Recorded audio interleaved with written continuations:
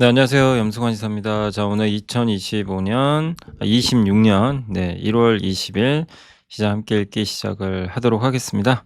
오늘은 이제 올해 들어와서 처음으로 주식시장이 좀 빠진 것 같아요. 정말 끝없이 오르다가 오늘도 사실 장중에 올랐었죠. 그렇지만 이제 결국 막판에 매물이 나오면서 좀 빠졌고, 이게 뭐 이상한 조정은 아니죠. 근데 이제 오늘 좀 기분이 안 좋은 건 나스닥이 좀 안 좋아요. 나스닥 선물 지수가 좀 급락하고 있거든요. 최근에 미국 증시는 굉장히 부진합니다. 부진하고 또 그린란드 이슈 있죠. 트럼프 대통령의. 이런 것들이 좀 이제 부담이 될 수밖에 없는데, 오늘 좀 미국 증시가 좀 걱정은 돼요. 그래서 어떻게 끝날진 모르겠고요. 다만 이제 한국 증시는 미국과 별개로 좋았지만 오늘은 이제 결국 막판에 좀 빠지면서 하락세로 마감이 됐습니다. 그래서 그거는 이따가 설명드리고요. 오늘은 이제 미국이 휴장해서 뭐 미국 증시는 말씀드릴 게 없고, 일단 오늘의 차트부터 좀 말씀을 해 드릴게요. 그래서 오늘 요런 순서대로 소개를 해 드리겠습니다. 오늘 그 삼성 파운드리가 요즘에 가동률이 좀 오르고 있고, 또 요거 내용 괜찮더라고요. 한국의 성공 방정식 카이스트 김대식 교수님이 이게 굉장히 영상이 화제가 됐던 영상이죠. 아마 보신 분들도 계실 거예요. 그래서 그 유튜브를 좀 한번 요약을 해 봤고요. 자, 이젠 미국 소비에 주목할 시점이다. 유럽마저 이익 개선세에 동참하기 시작했다. 미국 주식 예상보다 클 AI 자본 지출, 외곽 내유, 미국 고금리 스트레스, 최근 원화 약세 원인, 우주 산업, 조선, 여기는 그 CLSA라는 외국계 증권사 보고서고, 기판이익이랑 공시는 VM 감성 코퍼레이션 PSK, 그리고 기업 분석을 제가 안 썼네요. 잠시만요. 자, 한미약품, 한솔케미칼, 원인머티리얼즈, 대한조선, 한전 KPS까지 한번 설명을 드리겠습니다. 일단 이제 삼성 파운드리가 기사가 나왔는데 가동률 추이고요. 요거는 이제 그 가동률 추정을 해본 거죠. 근데 옛날에는 이렇게 삼성 파운드리가 가동률이 90% 넘은 적도 있어요. 이때가 이제 2019년, 20년 뭐 코로나 때 구간이고, 22년도에 이제 박살이 납니다. 이때 IT 기기 수요도 많이 줄고, 이때 또 갤럭시에서 발열 문제가 터져 가지고 퀄컴이 이제 그 TSMC로 돌아서 버렸죠. 그래서 위탁 생산이 위축됐고 뭐 계속 안 좋았습니다. 그러다가 이제 이번 1분 지금 1월 달에 좀 가동률이 60%대로 올라왔다고 합니다. 정말 처참히 안 좋았죠, 이때. 예. 그래서 이제 부활의 신호가 좀 보인다. 그래서 장기간 파운드리 수요를 약화도 이제 고생을 했던 삼성전자의 파운드리 사업부가 회복되고 있다. 분기당 2조 원대 까먹다가 이제 지난 3분기에는 적자폭을 1조 원 내로, 아직은 좀 많긴 하지만 좀 줄이고 있고, 작년 말에 엑시노스 2600 삼성 스마트폰에 들어가는 칩이죠. 요거 양산에 들어가기 시작을 했고요. 여기에 올해 이제 테슬라 AI 칩 AI5, AI6 요거를 이제 생산해서 공급할 예정입니다. 또 삼성전자 파운드리 공장의 가동률도 회복되고 있는데, 뭐 80%에서 55까지 떨어졌다가 이제 58, 이제 올해 들어 60%대. 삼성 파운드리가 흑자를 내려면 가동률이 80은 가야 된대요. 그러니까 좀 아직은 더 가야 되지만, 일단 가동률이 터닝했다는 건 그 고객사도 확보가 됐다는 얘기고, 지금 수율도 좀 잡혀간다는 얘기가 되겠죠. 그래서 애플, 엔비디아, 퀄컴 같은 이런 고객사가 증가해서 꾸준히 가동률이 올라간다면 80%는 27년도에 넘지 않을까 생각하고요. 이게 삼성 파운드리 수주 내역입니다. 그래서 7월, 8월, 작년 7월에 테슬라 수주 받으면서 난리가 났었죠. 20조. 애플, IBM, 또 삼성전자, 엔비디아, 그리고 퀄컴, 이런 이제 칩들을 수주를 좀 골고루 좀 받고 있다. 퀄컴은 아직 확정은 아닌데, 저번에 CES에서 한 기자분한테 이제 긍정적인 답을 했기 때문에 가능성은 높아 보입니다. 그리고 TSMC가 미국에서는 2나노 공정 진행이 좀 어렵거든요. 그래서 삼성한테 기회가 좀 많을 것 같고요. 지정학적 위험도, 삼성은 어쨌든 미국에 공장을 갖고 있잖아요. 핵심 공장. 그게 큰 역할을 할 것 같습니다. 그리고 2022년 희대의 삼성 스마트폰 발열 사건 정말 유명했죠. 이때 고객 다 뺏겨 버렸죠. 그래서 정말 잃어버린 한 3년 4년이 됐는데, 이제 가동률을 좀 회복을 하면서 피지컬 AI 선두주자 테슬라와 손을 잡고 부활을 하지 않을까라고 보고 있습니다. 그래서 요게 이제 삼성 테일러 파운드리 예전에 한번 적었던 건데, 그 밸류 체인이니까 그냥 참고만 해 주시면 또 좋을 것 같습니다. 자, 다음은 이제 이슈. 요거는 이제 저희가 투원투게더에 올린 게 있어서 요거 보면서 한번 설명드릴게요. 이게 이제 지식인사이드라고요. 유튜브 채널에 가시면 있습니다. 그러니까 정리를 좀 해 드리면 우리나라는 그동안 따라해서 성공을 많이 했죠. 먼저 누가 만든 걸 많이 따라갔죠. 근데 이제 쉽지 않다는 거예요. 각자 도생의 시대에 기술도 너무 빨리 발달하고, 선진 사례를 모방하고 추격하는 건 이제 불가능하다. 글로벌 빅테크도 살아남기 어렵대요. 애플, 메타, 엔비디아가 어떻게 될지 모르는 거고 10년 내에. 네. 그리고 이제 한국의 딜레마와 기회. 요건 뭐냐면 한국은 이제 막대한 양의 GPU를 확보할 예정이지만 이를 또 활용할 AI 서비스와 수요가 또 부족한 엔진만 있고 자동차가 또 없대요. 그래서 피지컬 AI가 필요하다. 요새 현대차가 가는 게 괜히 가는 건 아니죠. 근데 어쨌든 로봇 자율주행자든 물리적 실체를 가진 피지컬 AI 분야에서 한국이 선도자가 될 수 있다. 요런 내용을 했고, 그리고 특히 왜냐면 이런 숙련공 데이터를 전 세계 어느 나라보다 많이 갖고 있죠. 이걸 데이터화하면은 타국이 모방할 수 없다는 거죠. 그래서 한국은 과거의 성공 방정식과 결별하고 제조업 기반과 숙련공이라는 예기치 못한 자산을 활용해서 피지컬 AI 분야의 글로벌 리더가 될 수 있는 중대한 기로에 서 있다. 이 기회를 잡기 위해선 숙련공들이 은퇴하기 전에 신속하게 데이터를 확보하는 게 국가적인 최우선 과제이다라고 이렇게 말씀을 하셨습니다. 어쨌든 지금 이제 챗GPT도 그렇고 많이들 이렇게 쓰잖아요. 뭐 이런 것들도 이렇게 바꿔주기도 하고, 지브리 열풍 한때 유행했었죠. 근데 지금 김대식 교수는 현재 한국의 리더십이 겪는 가장 큰 어려움을 심리적 이제 멘붕 상태다라고 진단을 했습니다. 그러니까 지난 50년간 한국은 패스트 팔로워, 그러니까 어떻게 보면 이제 우리나라가 잘하는 건 선진국에서 잘했던 걸 추격해서 똑같이 만들어서 오히려 역전도 하고, 미리 정답이 존재한 오픈북이었던 거죠. 오픈북. 그러나 AI는 그런 게 없어요. 특정사 이게 답안지가 존재하지 않다는 거죠. 모든 국가가 동일한 선만 있는 거죠. 그러니까 따라갈 대상이 없는 거예요. 그게 좀 어렵다는 거죠. 혼란스럽다. 그리고 이 우리가 추격했던 중공업 분야는 이런 거 발전 속도가 좀 느린데 AI는 너무 빨라요, 속도가. 그래서 쫓아가기도 물론 쫓아갈 수 있다고 해도 속도가 너무 빨라서 쉽지 않고 각자 도생의 시대고 세계화 시대가 아니죠. 보호무역. 그러니까 그런 걸 따라하기가 좀 어려운 거고, 그다음에 옛날에는 정말 부모님 세대는 진짜 일을 많이 하셨죠. 주 150 시간에 달하는 엄청난 지금 일을 했는데 지금은 이제 그렇게 할 수가 없는 시대죠. 그래서 그거를 그 격차를 단순히 따라가면서 극복하는 건 좀 어렵다. 근데 어떻게 보면 또 새로운 기회가 열리는 부분일 수도 있죠. 근데 이거는 우리나라만 문제가 아니라 애플도 너무 기술보다 디자인 중심으로 가는 것 같고 AI가 지금 경쟁이 안 되죠. 메타도 기술력 부족, 막대한 투자 위험, 오라클은 너무 부채가 많고 엔비디아도 너무 GPU 의존도 높은 거 아니냐, 이런 이제 우려들이 있는 거죠. 예. 그래서 그 미국은 AI 서비스에 대한 폭발적인 수요 때문에 데이터 센터가 부족한데 한국은 근데 또 반대로 인프라는 있는데 서비스와 수요가 없는 역설적인 상황이라고 합니다. 우리나라 어쨌든 이번에 데이터 센터를 가져오죠. 가져오는데 데이터 센터를 짓고 엔비디아 칩을 갖고 오는데 결국 이 어떻게 보면 이거를 이제 활용할 그 대상이 좀 부족한 거죠.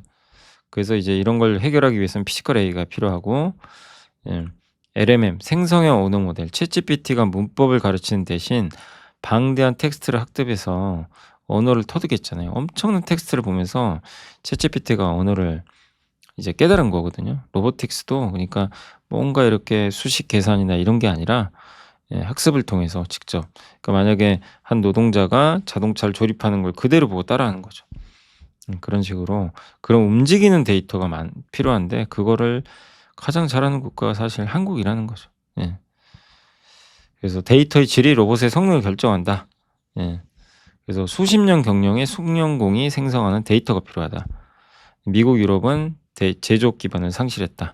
한국은 반대로 김치 공장, 종이 빨대 공장 같은 전통 제조업이 공존하는, 그러니까 이런 전통 제조업과 첨단 제조업이 다 공존을 해요.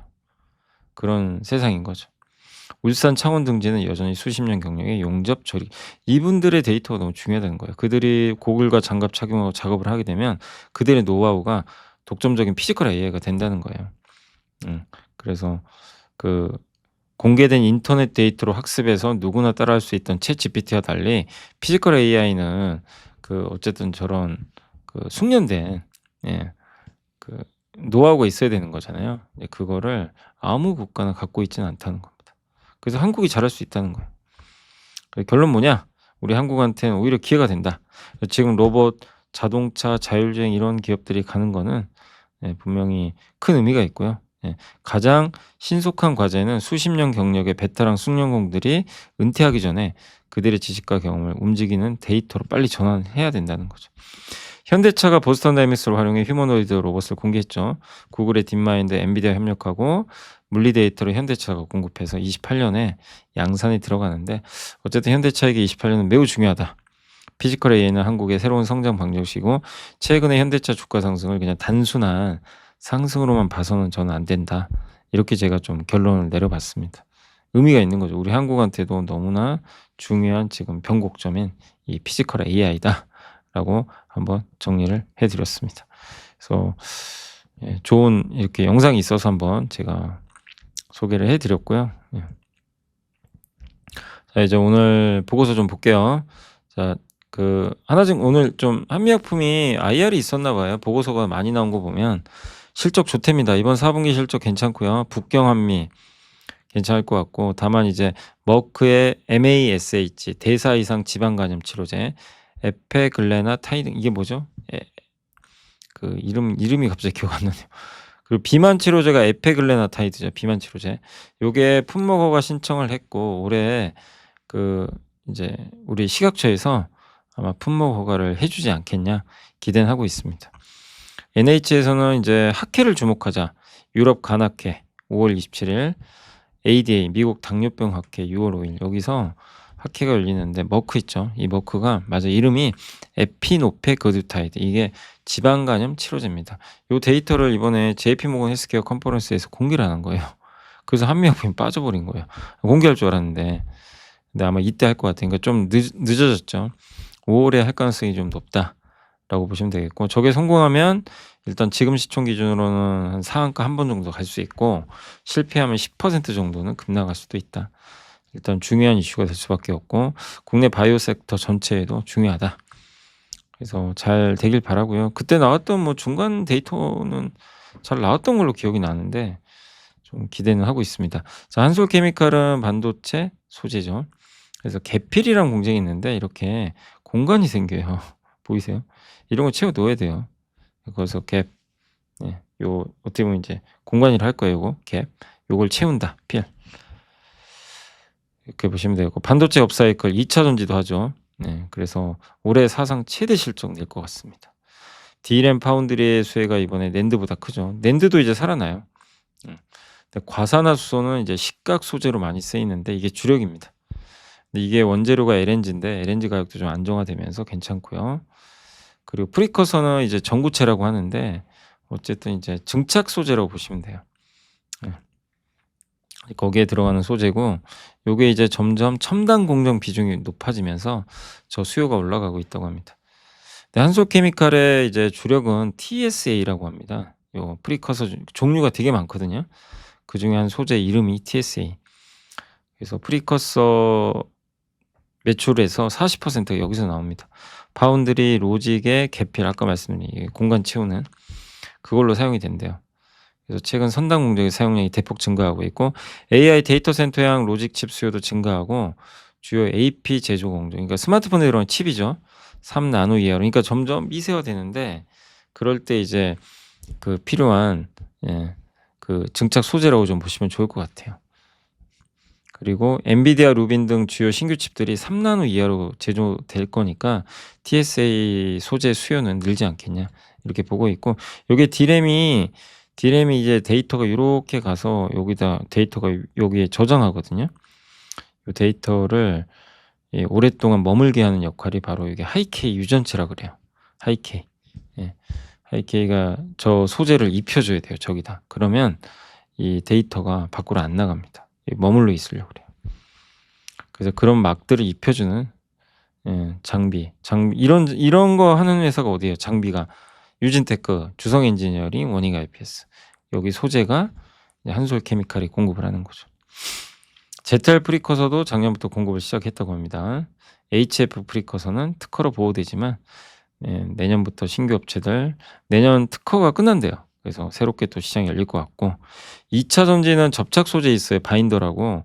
그거 만듭니다. 근데 그게 안 좋았죠. 2차 전지 안 좋으니까. 근데 중국이 좀 요즘에 일본하고 좀 사이가 안 좋잖아요. 그래서 음극 바인더는 주로 일본이 독점을 했는데 요거를 이제 중국 회사들 입장에서 한솔케미칼이 좀 유일한 대안인 거예요. 그래서 한번 좀 기대해 볼 만하다. 한일령에 좀 약간 숨겨진 수혜주가 되는 것 같습니다. 워닝 머티리얼즈는 이제 4분기 영업이익 기대치 넘길 것 같고 전방 수요 늘고 있고요. 올해 영업이익도 상향 조정을 했습니다. 그리고 목표가 45,000원으로 올렸고 어쨌든 지금 실적 가시성 되게 좋은데 주가는 저평가돼 있고 낸드에 사용되는 아주 극존 뭐 영하 70도나 이런 데서 하는 이 깎아내는 소재가 있어요. 예, 그게 아마 PF3일 거예요. 그거 마이크론에 공급한 걸로 알려졌는데 낸드에 들어가죠. 그래서 낸드 부엘의 수혜주라고 생각합니다. 요새 낸드 좀 살아나죠. 어제 방송에서도 엔비디아 아마 설명해 드리면서 낸드 얘기를 좀 해드렸는데 낸드에 봄이 온다 막 이런 얘기도 있어요. 그러면 워닝 머티리얼즈 같은 기업들도 괜찮을 것 같습니다. 요새 대한조선 보고선 많이 나오지만 대한조선 주가는 그렇게 썩 못 미치죠. 왜냐 이유가 있잖아요. 그 보호해수 물량 때문에. 일단 올해만 들어와서 내척 수주했고 성과가 작년보다 올랐습니다. 운임은 계속 오르고 있고. 그래서 목표 주가 올려버렸어요. 이번 수주 4기업 중에 2곳이 신규 고객이래요. 이것도 굉장히 긍정적이죠. 새로운 고객이 생긴 거. 그래서 2월 1일 날 2대 주주 보호해수 물량 나오는데 그것만 아니면 주가 이미 날라갔을 텐데 좀 아쉽고 하지만 수급보다 중요한 건 수주니까 너무 이걸 염려하지 마셨으면 좋겠고요. 한전 KPS는 원전주인데 좀 애매하죠. 원전 정비하는 회사다 보니까 원전 다 지어진 다음이에요. 제일 반응 속도가 느립니다. 근데 올해 실적은 좋아진다고 하고요. 원전 정비를 많이 해줘요. 그래서 가장 늦었지만 밸류는 제일 낮다. 부담 없다. 배당 수익률 4.3으로 좀 높은 편이라고 보시면 좋겠습니다. 그 매크로 좀 많은데 세금 환급 효과 1분기 혹은 2분기 중에 세금 환급 발생할 거예요. 그래서 납세자들이 그 트럼프 감세 법안에 따라서 평균 $2,900 세금을 환급받을 걸로 예상을 하고 있습니다. 어쨌든 소비가 늘겠죠. 이 소비가 느는 거는 어쨌든 증시엔 좋죠. 그래서 요새 모기지 금리도 떨어지고 그다음에 가솔린 가격도 하락하고 있고 소비가 좀 늘어나겠죠. 그리고 유럽도 이제 이익이 증가하는데 유럽은 지난 몇 년간 이익이 크게 늘지 못했거든요. 근데 달라지고 있대요. 그래서 지금까지 유럽의 이익은 절대적으로 금융주하고 산업재가 주도했는데 일단 금융주한테 지금 매크로 상황 좋고요. 그다음에 글로벌 자본시장의 호황은 미국 투자은행과 더불어 유럽 은행들에게도 기회다. 산업재는 주로 방산인데 뭐 방산 좋은 건 아시죠? 지난 5년 동안 2배 가까이 방위비를 올렸고 앞으로 더 올려야죠. 2030년까지. 그리고 전자 전기 장비 사업도 있는데 이들은 이제 전력 투자 부문을 얻고 있대요. 그리고 광산주도 좀 요즘에 좋고 금속 가격 급등, ASML 같은 반도체 장비죠. 자동차도 최악은 지나갔대요. 한마디로 유럽이 안 좋았습니다. 그동안 안 좋았지만 이제 올라간다. 빨간색이 놀랍게도 한국입니다. 이익 추정치가 압도적으로 많고요. 대만, 그다음에 미국, 일본, 그리고 이제 유럽이 되겠죠. 유럽이 꼴찌예요. 유럽은 이제 살아나는 거죠.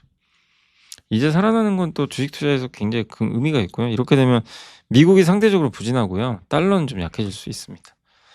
자, 1월 말부터 AI 빅테크들의 4분기 실적 발표 예정돼 있는데 그때 자본 지출 가이던스가 나오겠죠. 그래서 자본 지출은 그동안 예상을 뛰어넘었거든요. 그래서 이번 1월 15일 날 또 TSMC가 견조한 실적을 냈으니까 잘 시장 예상을 뛰어넘는 가이던스가 나올 가능성도 있습니다. 그리고 특히 알파벳이 돈을 워낙 잘 버니까 그래서 이 영업 현금 흐름에 그러니까 평균 자본 지출이 영업에서 버는 현금 있잖아요. 그 65%니까 충분히 감당 가능한 거죠. 또 알파벳의 매력은 세계의 우주항공 기업 스페이스X, AST, 스페이스 모바일, 플래닛 립스 지분을 또 보유하고 있는 것도 상당히 좀 특징적인 부분이죠. 알파벳이 투자를 안 한 기업이 없을 정도로 정말 다방면에 벤처 기업들 많이 투자를 해놓은 걸로 좀 알려져 있습니다. 자, 그리고 이제 외곽 내용 미국 고금리 스트레스인데 미국 행정부가 지금 트럼프 대통령이 뭐 하고 있어요? 막 금리 낮추라 그러죠. 그래서 실제 정책을 내놨잖아요. 신용카드 대출이자 올리지 마라. 모기지 채권 금리 채권 사라. 금리 떨어뜨려야 된다. 그 정책들이에요. 신용카드 제한, MBS 주택 저당 조건 이제 담보대출 채권이라고 보시면 되겠고 미국 경제 외곽 내용. 외견상으로는 이제 어쨌든 좋아요. 성장률 올라오고 있고 예. 그리고 기업들이 고용을 줄이고 있는데도 생산성이 올라갑니다. 내면적으로는 스트레스 받고 있대요. 밖으로 보기엔 참 멀쩡한 사람인데 안은 이제 골마 터지고 있는 거예요. 그러니까 기업의 생산성은 향상되죠. AI 기술 도입했으니까. 근데 가계 실질 소득은 오히려 줄고 있대요. 왜냐면 물가는 자꾸 오르고 그죠? 물가는 좀 오르는 것 같고 소득은 크게 안 늘다 보니까 노동시장 심리도 약화되고 있고 주택시장 고금리 환경에 가장 직접적으로 노출돼 있고 그다음에 미국 가계 신용이 70%가 모기지인데 모기지 대출 받는데 이게 여전히 금리가 높은 편이에요. 예. 그래서 2033년 이후 모기지 대출자 중 6% 이상 고금리 대출자 비중이 3% 이하의 저금리 대출자보다 많대요. 고금리 지금 압박을 받는 거죠. 트럼프가 이거 모를 리는 없죠. 그래서 금리 낮춰주겠다. 정책을 내는 거죠. 그래서 2천억 달러 주택 이제 모기지 채권 매입해라. 예. 신용카드 금리를 10% 이하로 낮춰라. 원래 22거든요. 예. 그러니까 이거를 좀 줄여서 소비를 부양하겠다는 거죠. 선거에서 이기기 위한 전략 중에 하나예요. 그래서 이 정책이 근데 선거만이 아니라 꾸준히 이어진다면 또 우호적일 수도 있는 거죠. 어쨌든 겉으로 경제 지표는 강건하지만 드러난 건 구조적인 취약성이 있다. 이런 좀 내용입니다. 미국도 좀 애매하죠. 어쨌든 미국은 주택 갖고 있는 사람도 많고 모기지 대출 채권 장기 이게 많기 때문에 금리를 낮추는 방향으로 갈 것 같아요. 계속 어박을 하겠죠. 이렇게 낮추도록. 그건 주식시장 호재입니다. 어쨌든 돈이 풀리는 거니까요.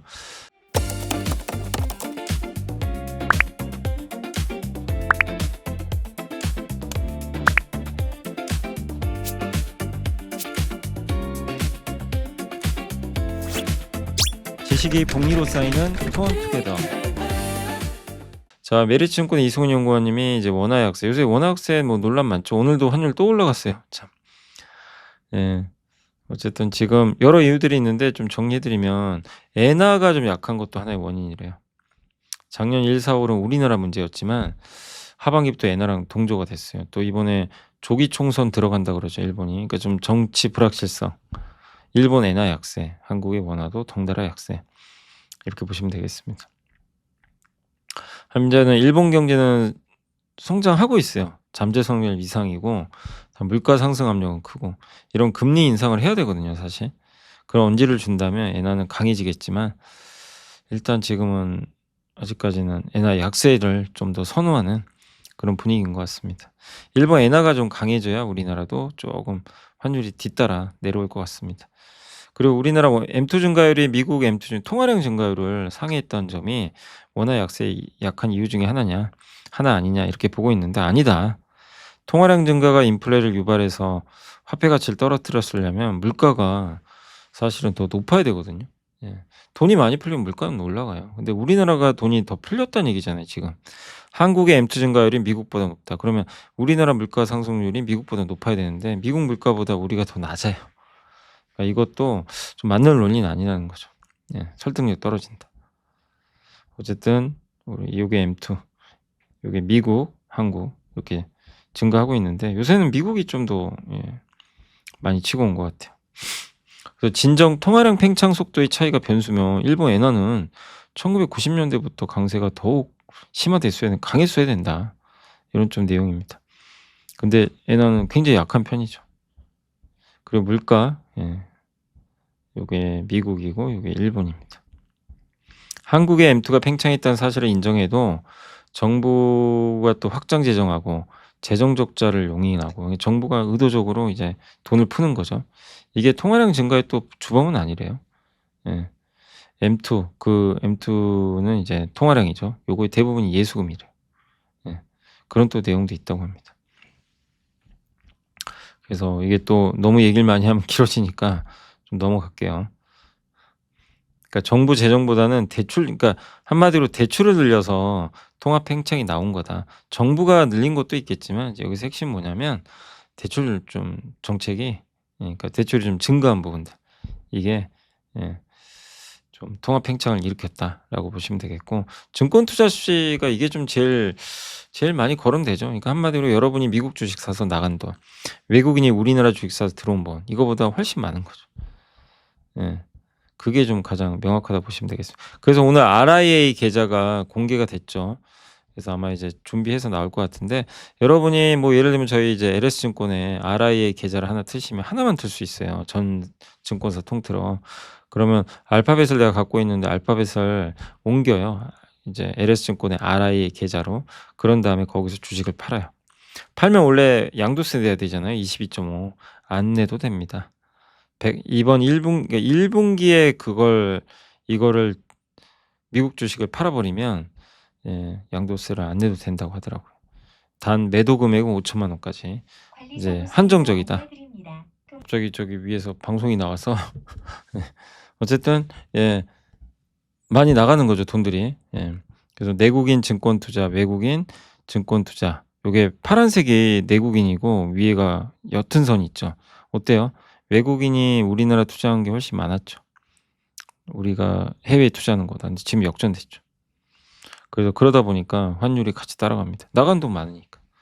그래서 내국인 해외 주식 순매수 엄청 해외 주식 많이 사는 거죠. 외국인이 우리나라 사는 거 그렇게 많지가 않아요. 예. 그러다 보니까 이렇게 벌어지는 거죠. 그러니까 달러 유출이 되게 많았던 거죠.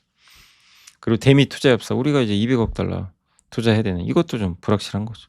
그래서 정부는 뭐 국민연금 한국은행 수합하고 전략적 환해지해라 국내 복귀 계좌 오늘 이제 발표 나왔습니다.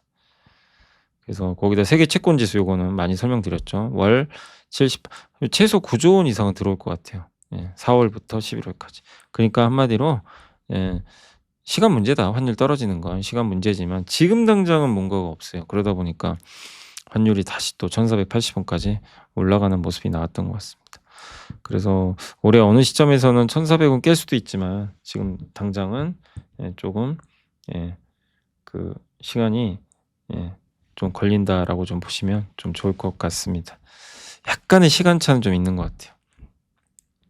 그런데 이제 문제는 우리나라가 이제 결국 세계 채권 지수가 그 11월에 끝나거든요. 4월부터 11월. 그러면 그 끝나고 나면 어떡하냐 이거죠. 더 이상 없잖아요. 그러면 그 환율을 떨어뜨릴 요소가 또 없는 거죠. 예, 수급은 끝나니까. 그럼 그 후에 우리나라 환율이 또 안정감 찾으려면 생산성을 올려야 된대요. 근데 그건 시간이 걸려요. 그래서 27년 이후가 걱정이라는 거죠. 생산성이 증가 안 하면요. 원화 가치는 계속 떨어지고 환율은 올라갈 수밖에 없다는 거죠. 그래서 국민 성장 펀드나 이런 걸 하는데 결국 이런 생산적 금융, 자본시장 여기가 큰 역할을 해줘야 된다. 그리고 자유롭게 퇴출도 하고 구조조정도 필요하다. 유연해야 된다. 이런 거 좀 나타낸 것 같습니다. 어쨌든 올해 환율은 너무 염려하지 마시고요. 어느 시점에서 떨어지겠지만 올해가 끝난 이유가 내년이 좀 걱정된다라는 예, 얘기로 보시면 좋겠고 그다음에 요즘에 우주 얘기 많이 나오죠. 스페이스X는 전체 로켓바스의 52%를 점유하고 있고 스타링크 그러니까 글로벌 위성의 70% 미국의 이제 페이로드 무게죠. 이게 싣고 가는 그중에 85%가 스페이스X 통해서 그냥 압도적인 회사예요. 그래서 1.5조 달러에 아마 상장할 것 같다. 이거 비싸긴 하지만 대접을 받을 수 있는 거죠. 스타링크 가입자는 이제 8배 급증했고 900만 명 돌파. 전체 매출의 스페이스X의 70%가 스타링크고 스페이스X는 텍사스와 플로리다의 스타팩토리 및 메가 기가베이 등 대규모 생산 인프라를 구축을 하고 있대요. 26년, 27년까지 발사대 인프라를 현재 대비 2배 이상으로 공격적으로 확장한다고 합니다. 다이렉트 투 셀 요거는 뭐냐면 스마트폰으로 위성 연결해서 직접 통화를 할 수가 있는 거예요. 예. 단말기 없이도. 예. 그런 걸 하기 위해서 이제 회사 에코스타로부터 라이선스를 취득을 해 버렸죠. 스페이스X가. 예.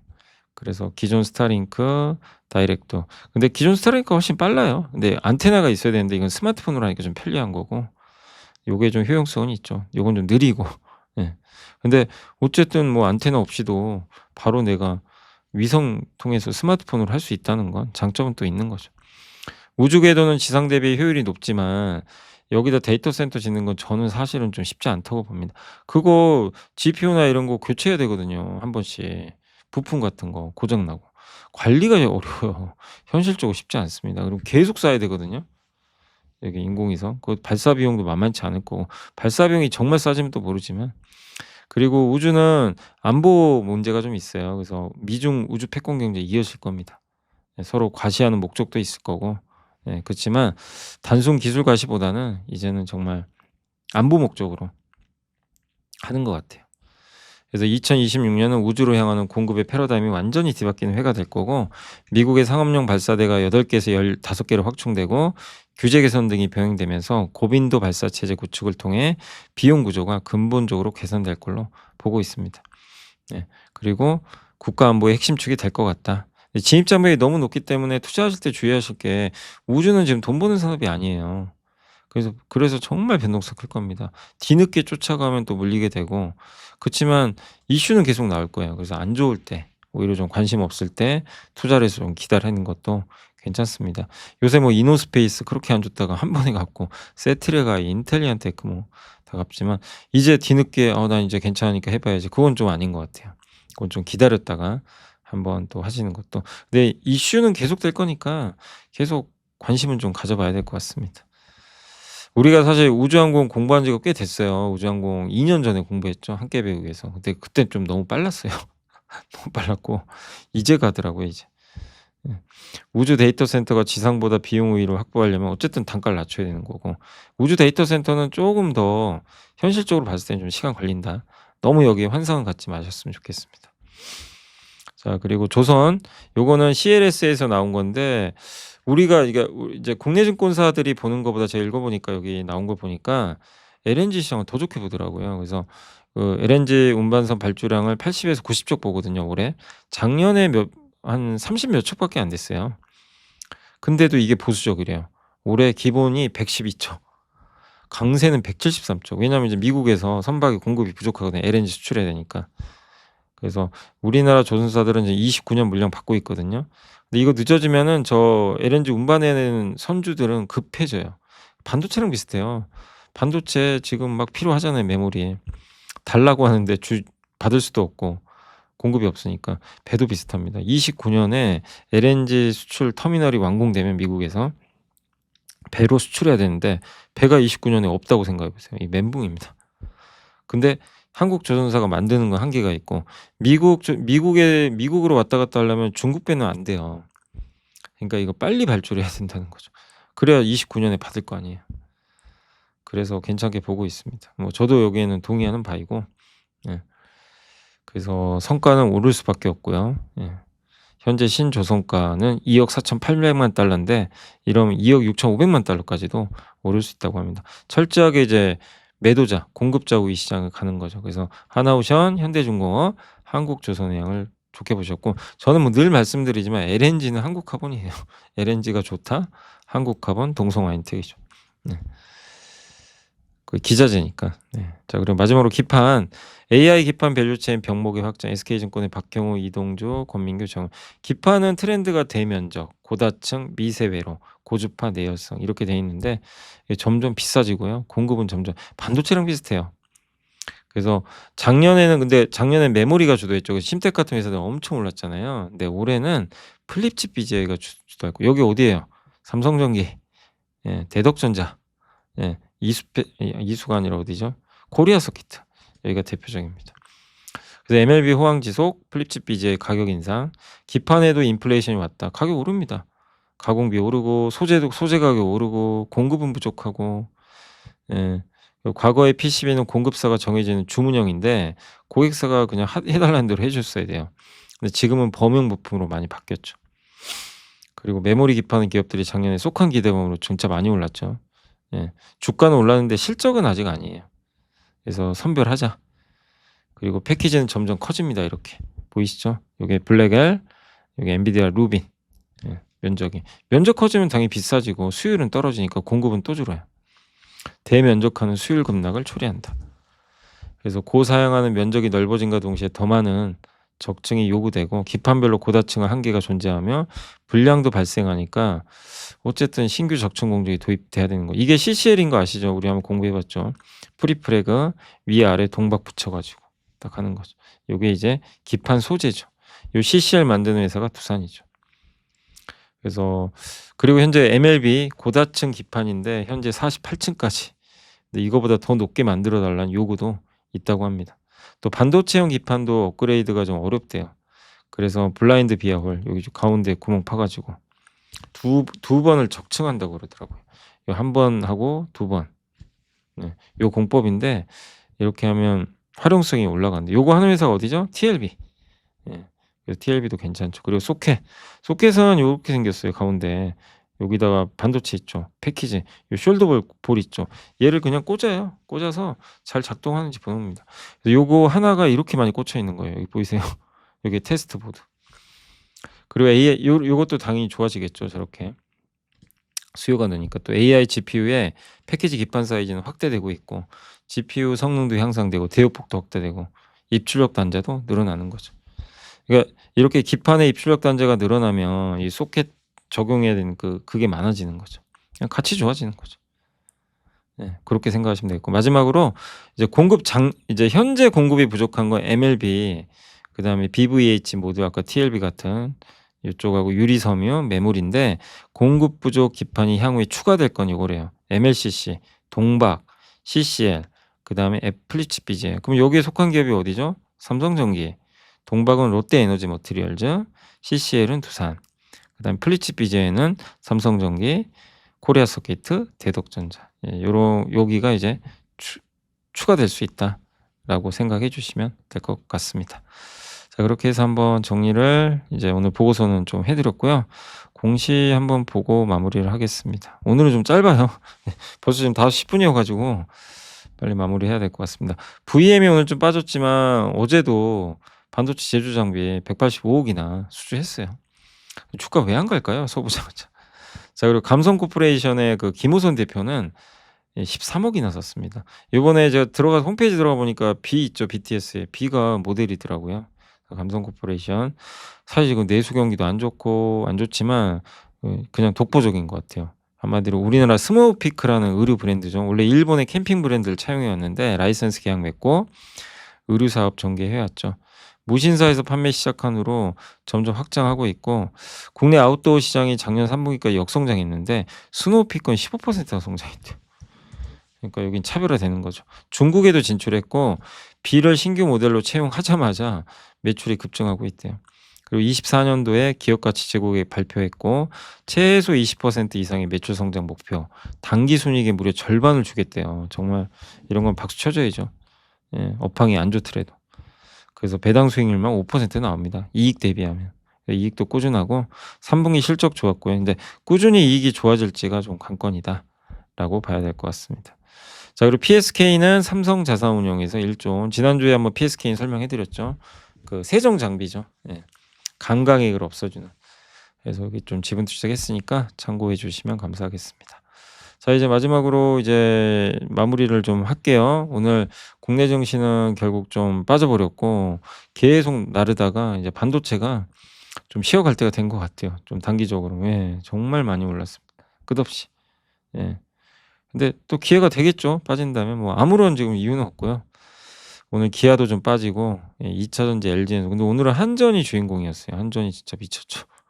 두산 로보틱스, HD현대, 한국타이어, 카카오도 좋았고 삼양식품 좀 부진했던 기업들 네이버, SK이노베이션 이쪽이 좋았던 반면에 주도주는 빠졌습니다. 미래에셋증권, 삼성전기, 또 기아, 삼성전자, SK하이닉스, 뭐 전력기기 그죠? 이런 이제 대표 기업들은 좀 쉬어갔다. 뭐 이상할 거 없습니다. 예.